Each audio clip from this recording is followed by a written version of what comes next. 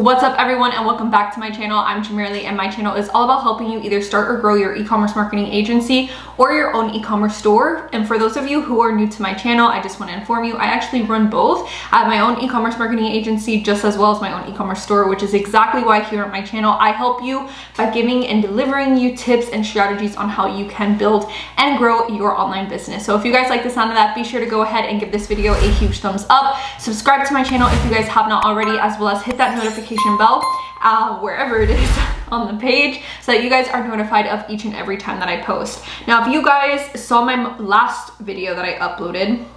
on Wednesday, you guys would know that my new posting schedule is now on Mondays, Wednesdays, and Fridays, which I am so excited about, so that you guys can, tune into my YouTube channel and know exactly when I'm going to be posting. And I usually post around the afternoon time, around 6 o'clock. But anyways, be sure to go ahead and turn your notification bell on so that you guys are still notified of when I do post, because who knows, it might change. However, as you guys can tell by the title of the video, I'm going to be discussing how you guys can actually find your micro and macro influencers for, upcoming launch if you have an e-commerce business or if you're starting a store.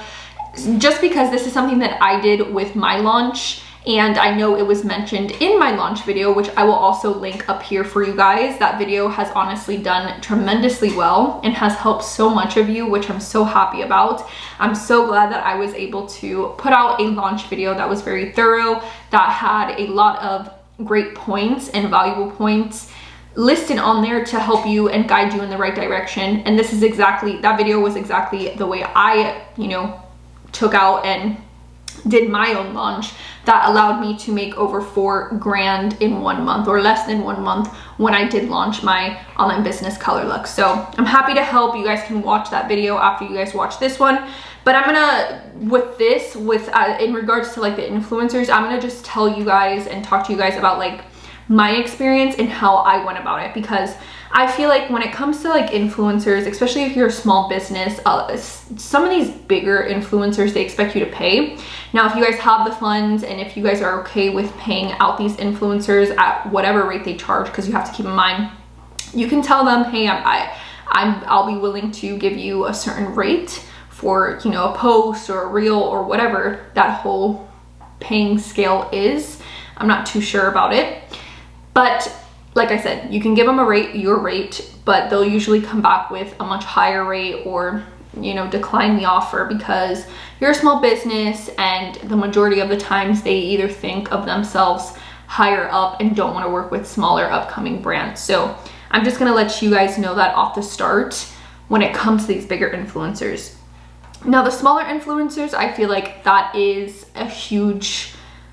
market and somewhere that you really want to move your focus towards when it comes to working with quote unquote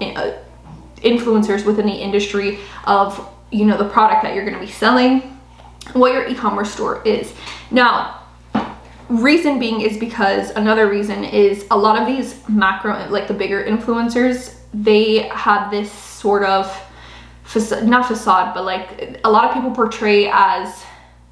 them to be dished out money because they're getting paid by all these companies, and they're not really a lot of the customers and the consumers look at those bigger influencers just as like, oh, that's just like another sponsored ad that they're doing. They don't really like trust in the product. They don't really like the product. They're just getting paid to post. Now, the smaller influencers, these are people who are actually, taking the time, and they appreciate what you're doing, whether it's you giving the product for free to them or giving them a small fee,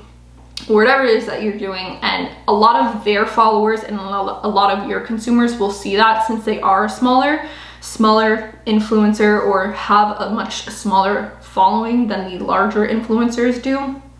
and tend to resonate with them a lot more, which then turns into a lot more conversions and a lot more sales on your end. So I just want to put that out there for you guys, to put you guys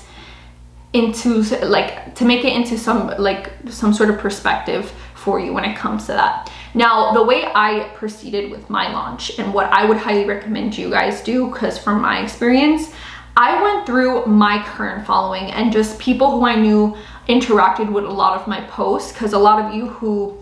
have been subscribed to my channel for a long time know that before I started coming out with my business videos, I actually you know, came on YouTube with lots of makeup tutorials, me reviewing makeup and beauty products, because I truthfully love the beauty industry. Not to say that I still don't, but everything has shifted and everything has changed for me, as you can tell. But people who had subscribed to my channel back then and who were always interactive and who I just kind of saw who was always, you know, interacting with my posts and always commenting and like asking me, hey, like, how do you do this makeup tutorial? Or I love the way that you did this makeup look. Those were the people who I kind of like had my eye on when I knew I was, you know, going to start my vegan cruelty and cosmetics brand. And I was like, okay, let me write a list. I took a notebook and I started writing a list of the followers who I knew who were always engaging with like my beauty stuff, who I knew who had a reasonable amount of followers. Because I mean, obviously me personally, I wasn't looking for the influencers who I wanted to send my products to, who had like maybe 100, 200 followers. I knew I wanted them to have at least somewhere within the thousands realm. Didn't have to be over 10K, 12K, 20K, 200K. But I knew I wanted them to be within, you know, that sort of 1,000 up realm. And what I also did was I made sure that, again, since my industry of my store was beauty, I was selling cosmetics, I made sure that they were either, you know, always doing makeup looks or knew how to do makeup really well, and who was always, you know, posting whenever, I'm sure you've done this before if you're watching this, but when us beauty lovers, when we went shopping and stuff, who whenever we went to go like to Ulta or Sephora, we always posted like all of our new beauty like must-haves, or who was always buying new products that was within the trend. I looked and I tend to like keep my focus on people who I was currently following who was doing exactly that. So I kind of made like, what's the, like a qualification list. Like I made like a list of things that I needed these people who I wanted to send my products to, I needed them to be checked off. Like I had a list, I knew that it was within like 1,000 followers realm, or a little bit more than 1,000 followers realm within, you know, the niche, who loved cosmetics, who did their makeup constantly, who was always engaging with other people as well, who also had, not only did they have a pretty decent following amount, but they also had people like of their followers also engaging with them, or like asking them in their comments. When I clicked on one of their pictures, I would, you know, observe and see if within the comments they were commenting back and like engaging with, you know, their followers in regards to telling them, like, let's say if there was a comment like, oh, where'd you get your lipstick, or what foundation are you using, and they responded back. Like I looked at all those little things and those small and into detail, because that mattered, because I knew I was going to, you know, send them my products for free in exchange for them posting, you know, my products and reviewing it for me. So I wanted to make sure that I had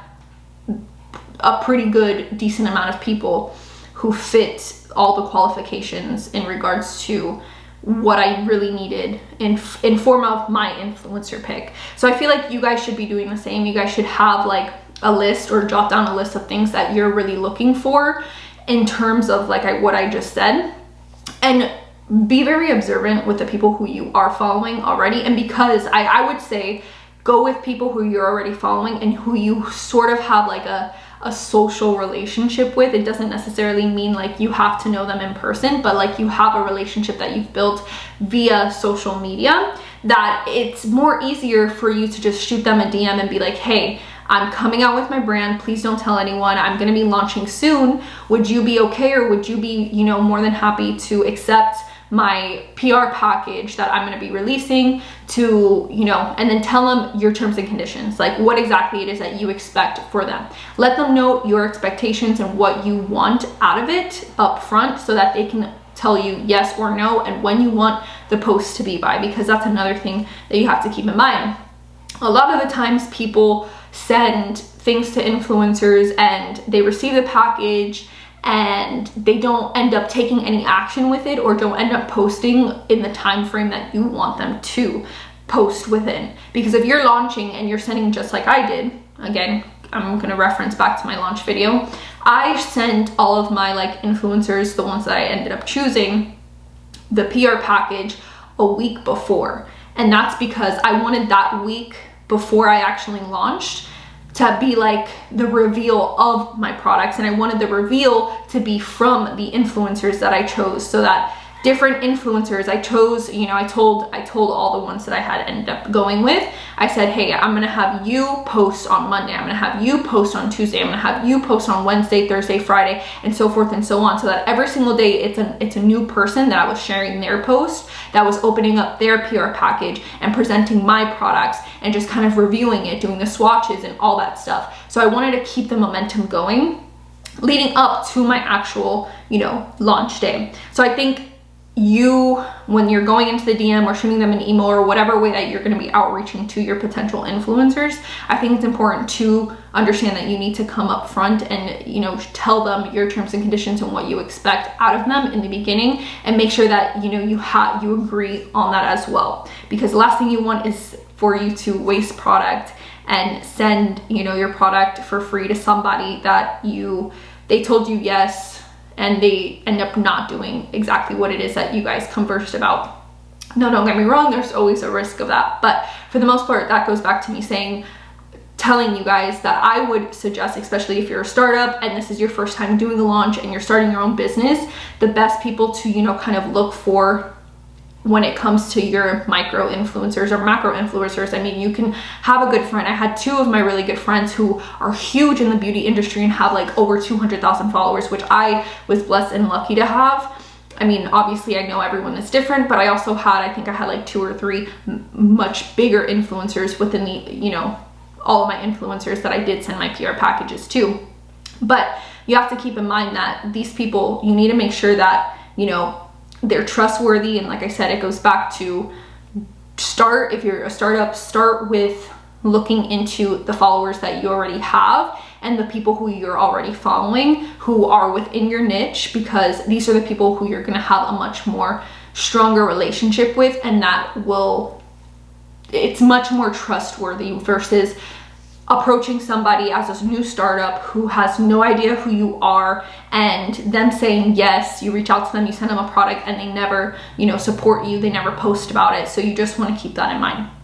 But as far as like how to find your micro and macro influencers, I mean, that is my biggest tip, and I honestly feel like that's the best way to go about it. Like I said, if you are a startup, look within the followers that you already have and the, you know, the followers and who you follow currently, and start there. And then as you grow and progressively grow and a lot more people, and you build an audience on your business page, then within your next and previous launches, then you can branch out more and start emailing other people and much bigger influencers through TikTok, you know, Instagram, YouTube, and so forth and so on. However, that is my tip, and I hope that I answered some of your questions. This video was actually,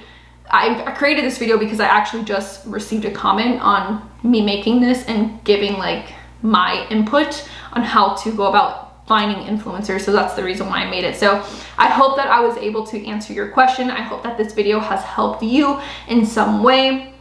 on starting, you know, to look for influencers and your launch. I hope that whatever launch you guys have upcoming goes successful. However, thank you guys so much for watching this video. As always, if you guys did find it helpful and enjoyed it, please be sure to give this video a huge thumbs up, subscribe to my channel if you guys have not already, as well as comment down below what you guys would like to see from me next. And as always, I will see you guys on Monday. Have a lovely weekend, and I will see you guys in my next video. Bye.